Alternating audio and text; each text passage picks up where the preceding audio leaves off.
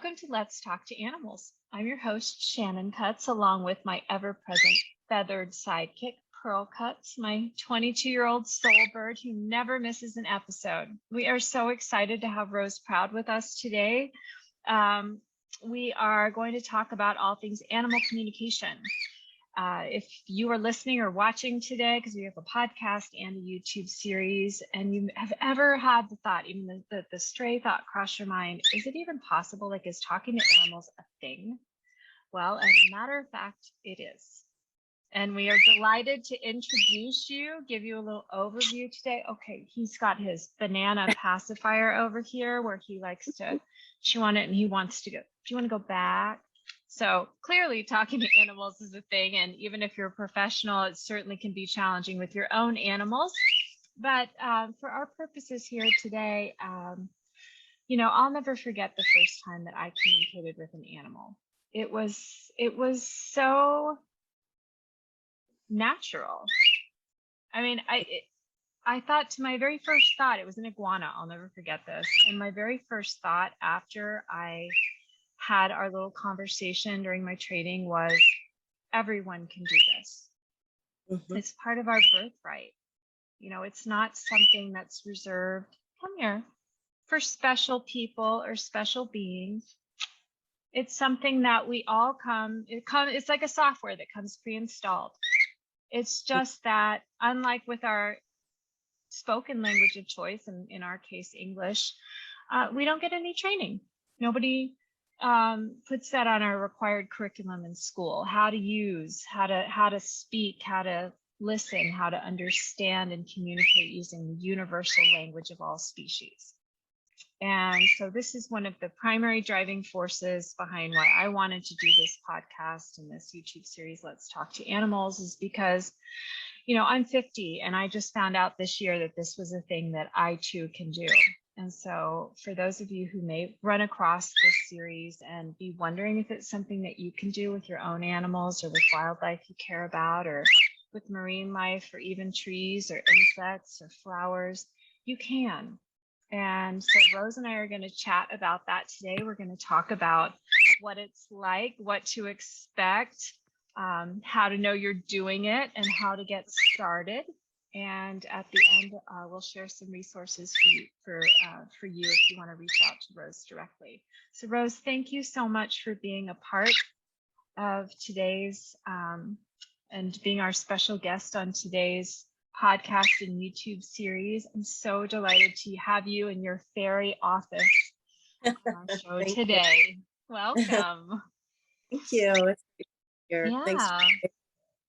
Yeah. So the very first thing I always like to say, just in case I forget, is roseproud.com. If you want to connect with Rose, just to make sure at the end I don't do a nice, neat little wrap up and forget, roseproud.com, PROUD. That's how to get in touch with her. And of course, you can get in touch with me at animallovelanguages.com. I know we never miss an episode, and we almost never miss a chance to add our 2 cents. So our very first question today is, when did you know that talking with animals was even possible? Well, I knew when I was a child, but I forgot. So you kind of forget about it, right?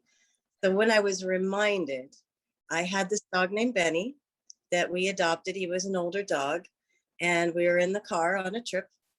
I had a little minivan, and we're driving along, and all of a sudden I'm like, I'm thirsty. I thought, I'm not thirsty. Where'd that come from? And I looked, and Benny had come up between the seats and was sitting right there just staring at me. And as soon as I looked at him, I was like, oh, you're thirsty. So I looked at my son and said, give Benny his water. He's thirsty. He's like, how do you know? I said, he just told me. He's like, all right, Mom. I mean, he grew up with me being, weird anyway, so it wasn't totally unexpected from me to him. And then after that, a few things, it was like he opened up that door again. And I just had more curiosity about it. I started thinking about it. I remembered this cat that I had when I was 10, who I was extremely bonded to. And I always felt like I knew what she wanted. And I would tell my mom, Snowball says she wants blah, blah, blah. And my mom would say, how do you know? And I said, she told me. You know, I just accepted it. So after Benny passed away, we only had him about 2 years. Kept feeling him around me. And as you know, animals will often come in and hold space with us in spirit after they make their transition. But I didn't really know that. And I was worried he was stuck. And about that time, I saw a class advertised for animal communication. And that's when I started on my journey. So I took the class, I talked to Benny, I talked to some of my other animals, and that was about 20 years ago. Wow. Time Yeah. flies, huh? Mm, it Yeah. does. You know, so Yeah. often people do come to this journey, this work, if you will, through an animal that is transitioning or has passed. And Mm-hmm. it's either that grief that opens us up, it's that longing to reconnect. And Mm-hmm. it almost feels like it's that deep inner knowing beyond the level of the mind that that might be possible. You know, Right. where does Right. that idea even come from? Oh, I think I'll go online. So many of my fellow animal communication students, when I was studying, said they found out about it in a similar fashion and decided to head to the, you know, repository of all knowledge, the internet, and take a look and see, is it possible to talk to my pet after they passed? And that's how many people discover animal communication, and that it's a thing and that it's possible and it's something that we can study. So, you know, as I shared in the intro, for me, my first practice ever talking to an animal, it was like a part of me started to wake up that, like you shared, you had known about it in childhood and then you forgot. And Mm-hmm. it's like this part of me started to wake up again, but also for the first time. It's like, wait, there's more to me. I didn't know this. So those of you who are listening or watching and you subscribe to There's Always More to Learn about being a human being, life lessons journey, you will love it. I promise. It's a really cool thing. Speaking of which, for those who may be tuning in who have never had that experience, Rose, what is it like for you when you talk to animals? What does it feel like, sound like? What is the experience like for you?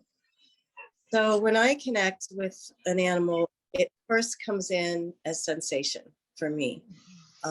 And that's my way of connecting. I'm also very clairaudient. So I like to have the person say their name and say their animal's name. That's just another, I call it another energy channel to connect with, and also a picture where I can see their face, the animal's face.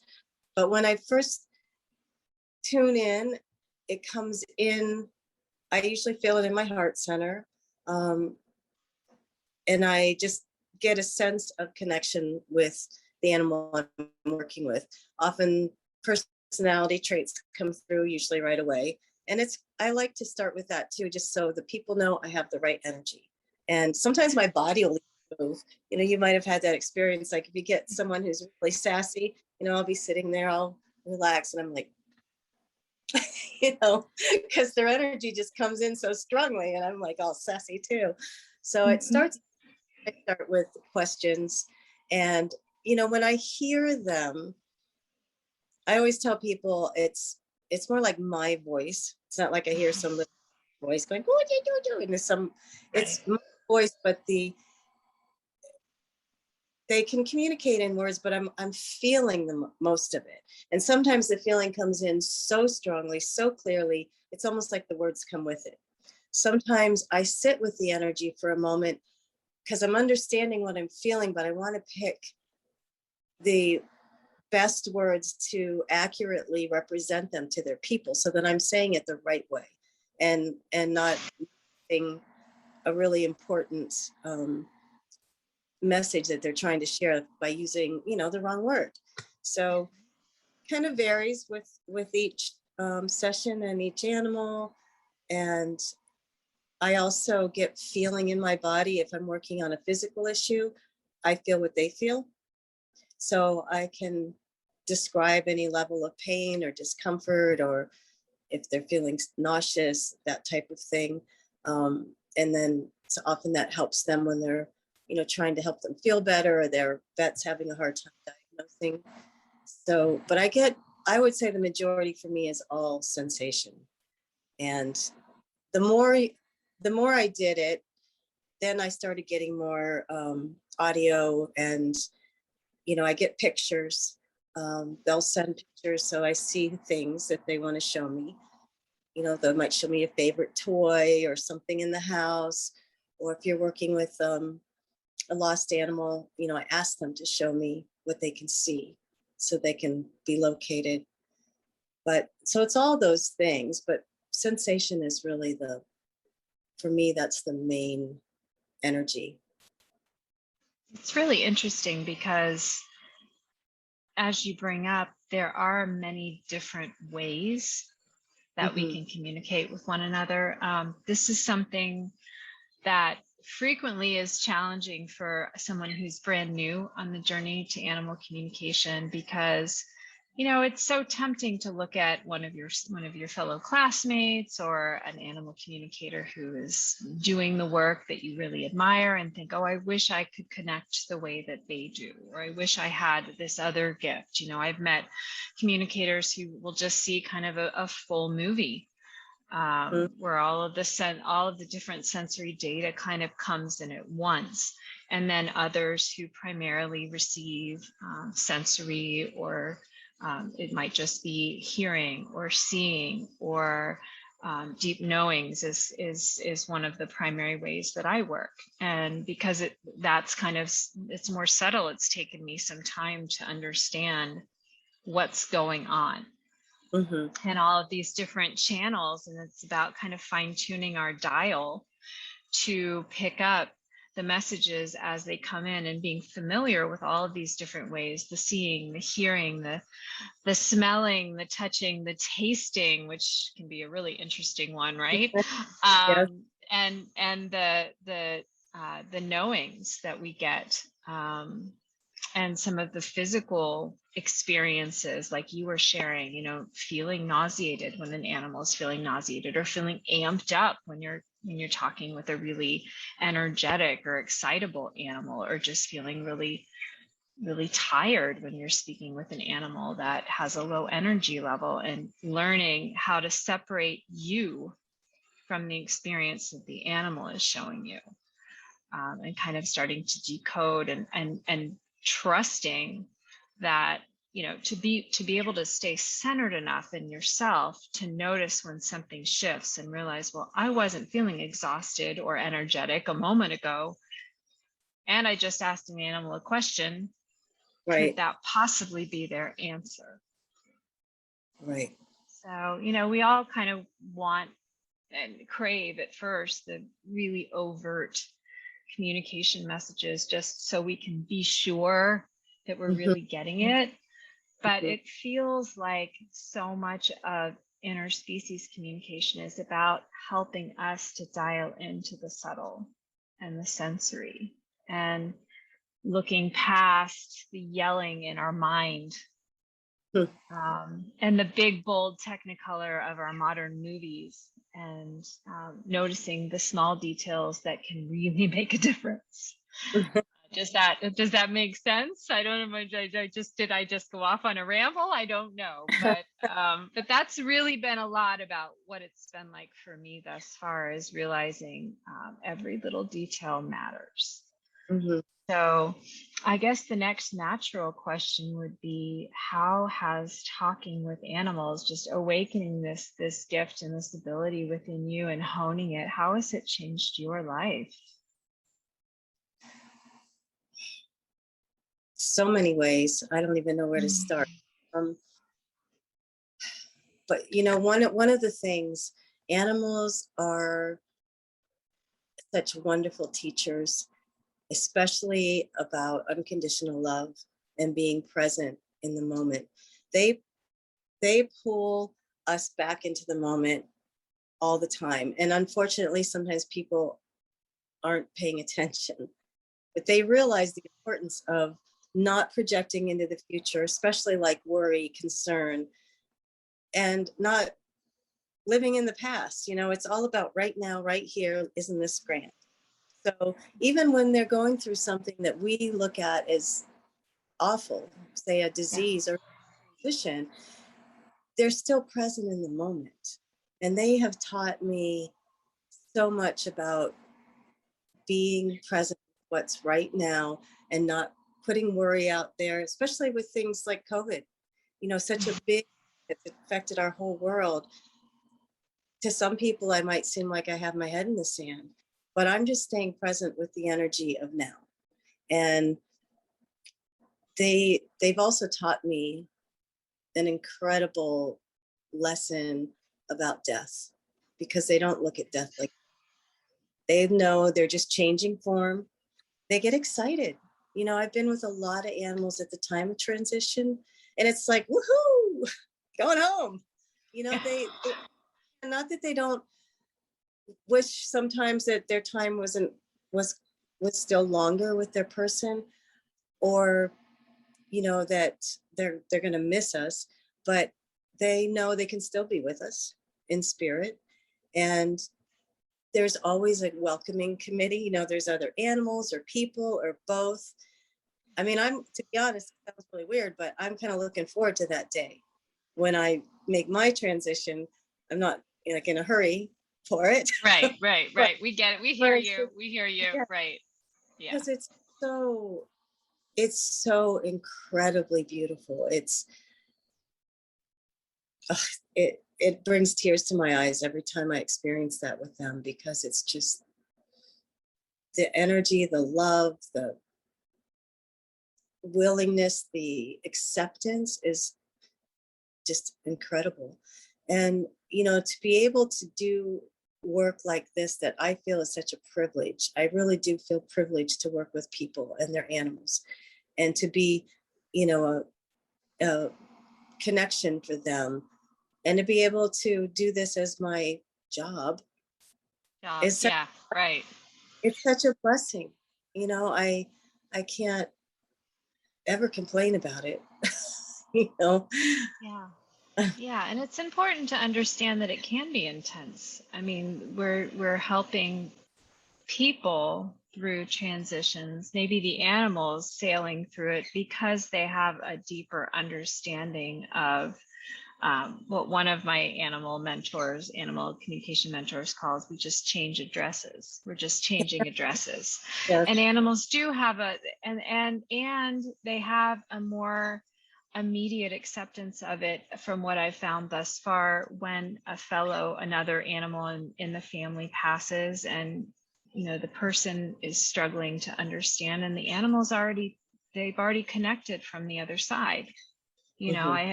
So there is, but it's like, this can be heavy, this can be intense work.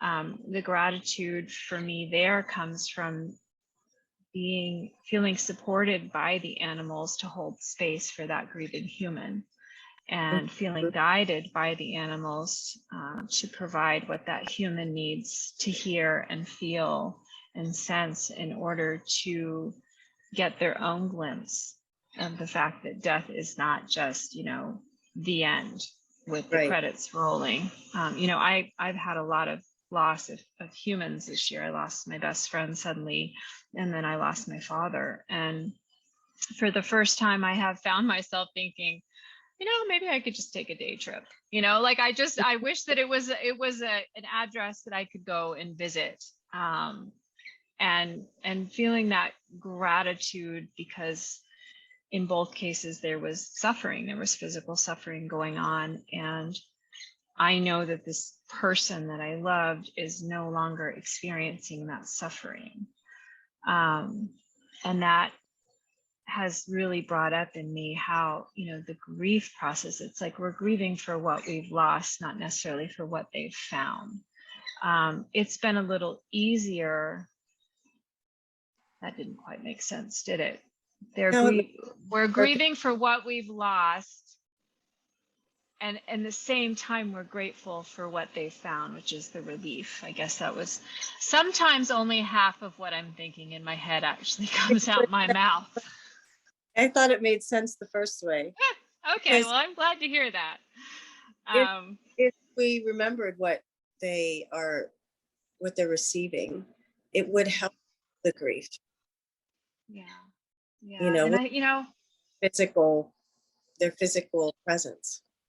yeah, it feels like, there are a few communicators who do specifically work with pets in the afterlife, and there's one who actually hosts a bereavement group for pets. And I think that's really important because there's a lot more resources when you lose a human Mm-hmm. than there are when you lose a pet, and there's a lot more understanding of how hard it can be. And so part of this work and part of our mission as communicators, I mean, to help facilitate, to open that door to people that are really grieving, to say, this is love. It doesn't matter what species it is.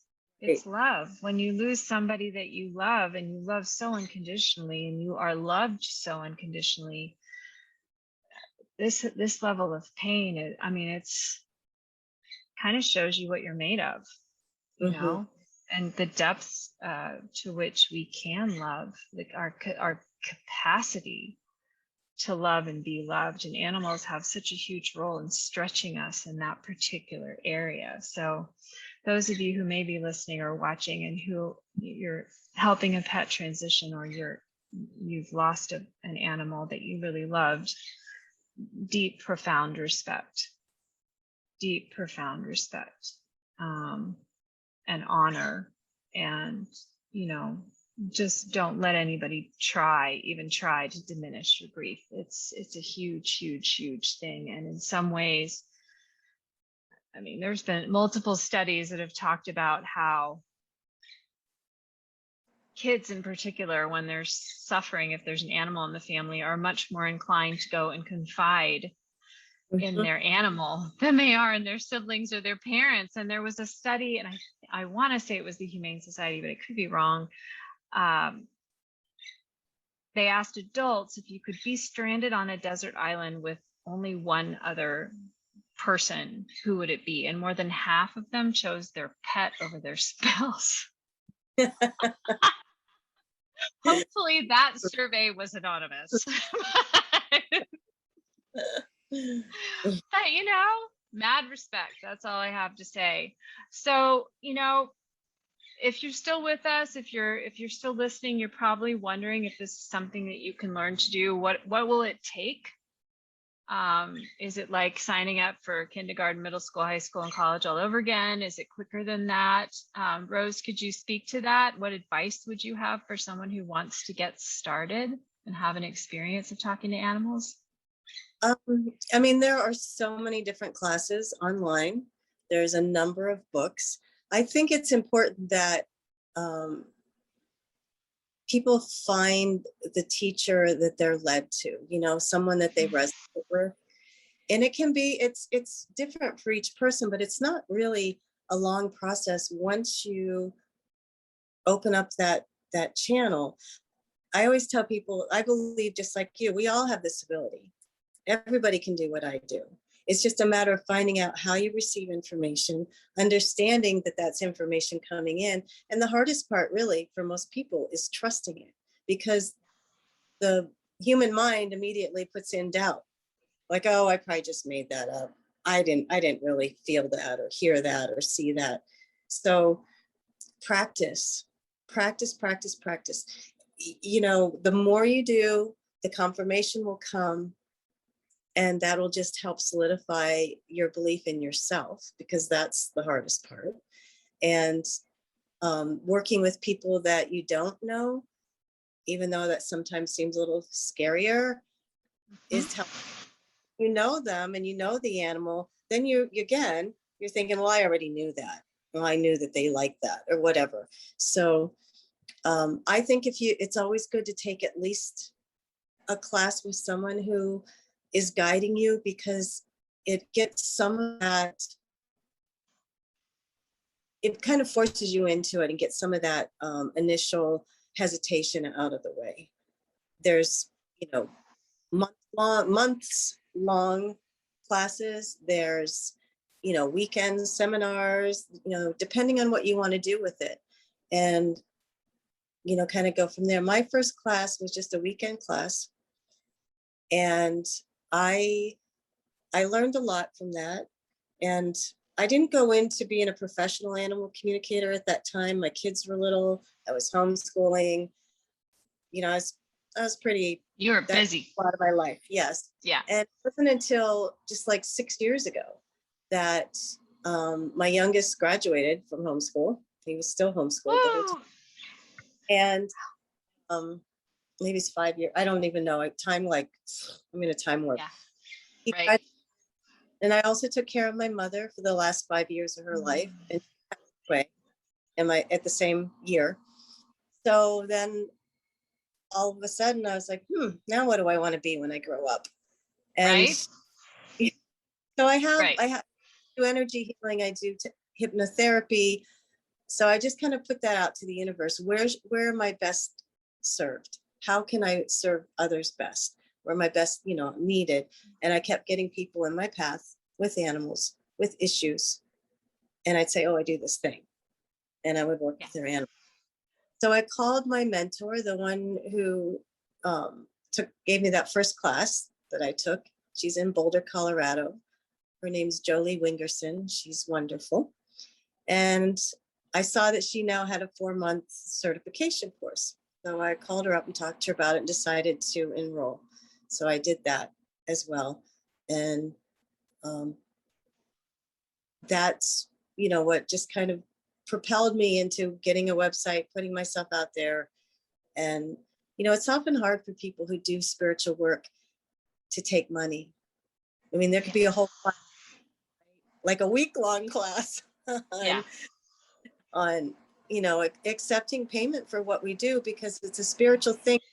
There's some part of us that feels like we shouldn't take money, but if we want to continue our work and be as clear and grounded and centered as possible, we need to be paid for it. So we have to do other stuff that take away our energy.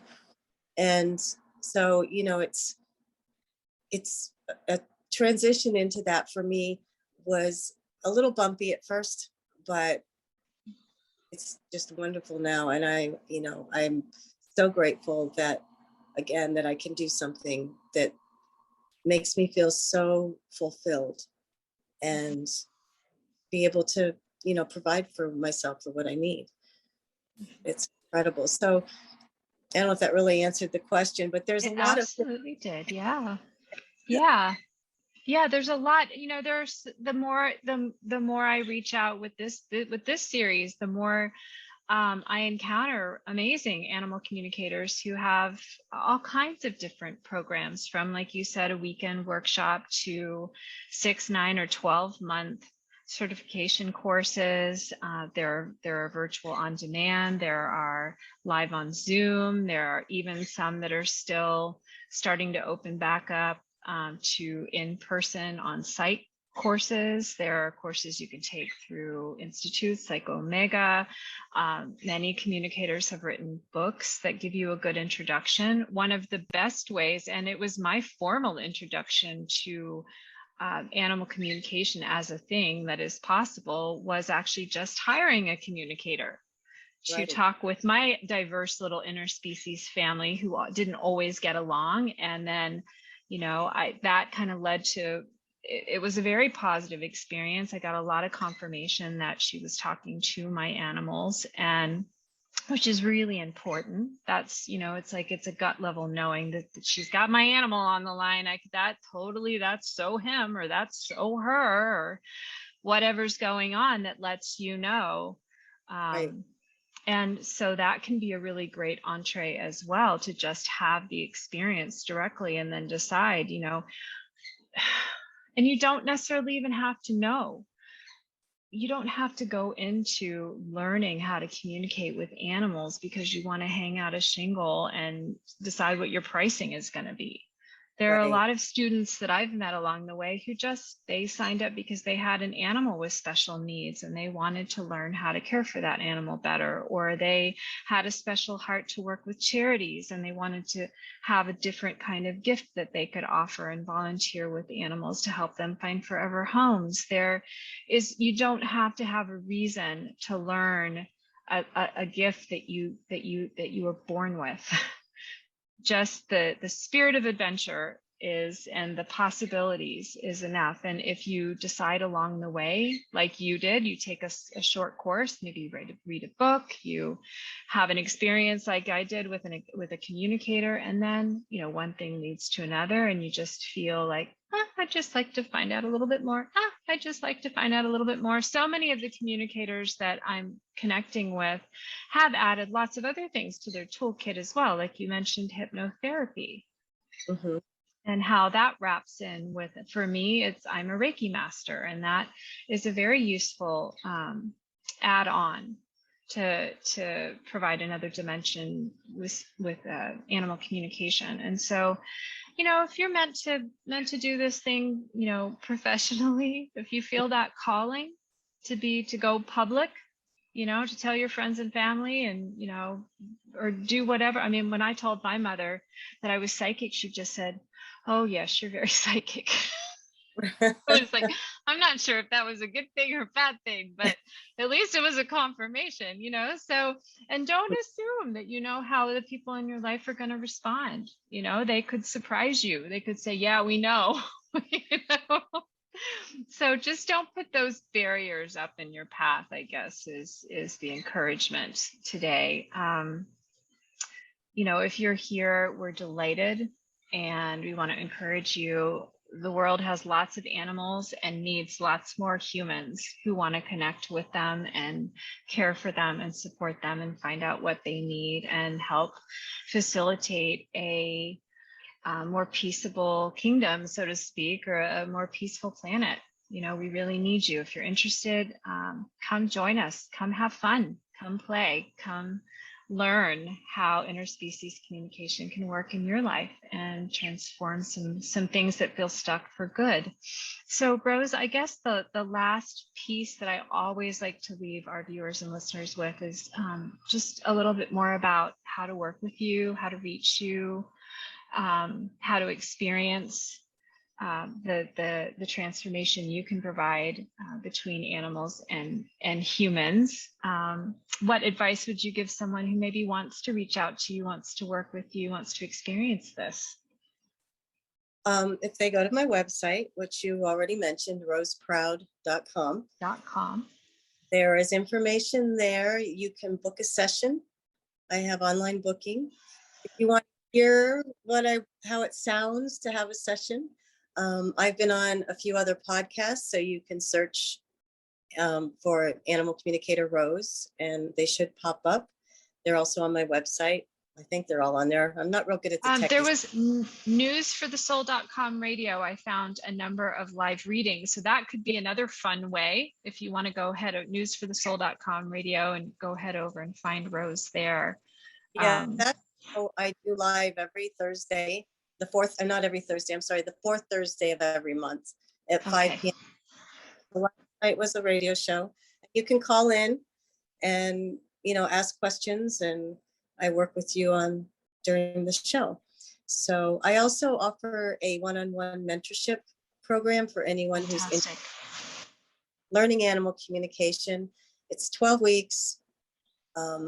It's the first part of it is all about intuitive development, working with you to help you discover, you know, how you receive information and learning to trust it. You know, it depends on who it is as to where we start. And that's one of the reasons I like doing one-on-one, because I can tailor it for the person instead of a cookie cutter program, which there's nothing wrong with that either. But this is just, I'm like a go with the flow kind of person. So I like to, you know, work with people where they're at. And so I take a couple students at a time. I try to make sure I have enough time and energy for all my sessions as well. And so if anybody's interested in that, if you contact me either through my website, or my email is petmessenger@gmail.com, and I can send you info about it. I don't have it on my website. One of these days I'll get it on there. Yeah, right. I'm just so bad. Doing techie stuff is not as interesting as talking to animals. Let's just be honest, right? Once a couple sessions, trade me for your techie ability. That would be great. Right. I'm just I don't like doing that stuff, you know, so I Yeah. resist. Yeah. Yeah, I totally hear you. And that's a really, it's a really good point. I mean, there are lots of ways. So we have lots of different ways that we can get our needs met, lots of different forms of payment. I don't know that we're necessarily still in the era where we, bring in a flank steak in order, or, that's probably not an appropriate analogy for an animal communication show, but maybe like a batch of fresh tomatoes or something, in exchange. But I mean, there are lots of ways. And it's interesting because I think you're the first person that I have interviewed for this series that does do the intensive one-on-one mentoring. And some people, it's really important to think about how you learn best. Do you want that more personalized touch and personalized attention and really tailored program? Do you just want a broad brush overview? And really consider that there's lots and lots and lots of options. And so if that sounds like something that really works for you, it can be a really powerful way to have that one-to-one attention. Oops, did I lose you? Oopsie, I just lost your visual. I did not. There you go. No worries. No worries. You never know what's going to happen on Let's Talk to Animals, right? So, Rose, thank you so much for sharing how to get in touch with you and all the different ways that people can experience animal communication with you. It has been a delight to talk with you today. Thank you so much for donating your time to share information for newbies who might want to give it a try. Come here. Are you nesting? He's nesting. He says, okay. We always like to close out. He's got his cute little, this is his little sidekick. You can see a very pretty cockatiel in this, right? He says, yes, you can, Mom. So Mr. Pearl and I and Miss Rose want to wish you a very wonderful rest of your day or evening whenever you're listening or watching, and we look forward to welcoming you back very soon. roseproud.com is how you can reach Rose, and you can reach Pearl and myself along with Malty, my tortoise, and Bruce, my box turtle, at animallovelanguages.com. Oh, box turtles are the best, aren't they? Well, they're the second best or maybe the third best. I've had her 30 years. Oh my goodness, that's amazing. She's on my Instagram. I'll have to go check that out. Say that Animal Communicator Rose is my Animal Facebook. Communicator Rose. Okay. But yeah, if you go to Instagram, I'm there with Whitey. That's her name, Whitey, my little turtle. My son was when he named What's your Instagram? Animal Communicator. Animal Communicator Rose. Okay. Awesome. Whitey is a great name for a box turtle. It's right. It never worked. All right, my dear one. Okay. It's been so lovely sharing time with you. Yeah, and I will talk to you soon.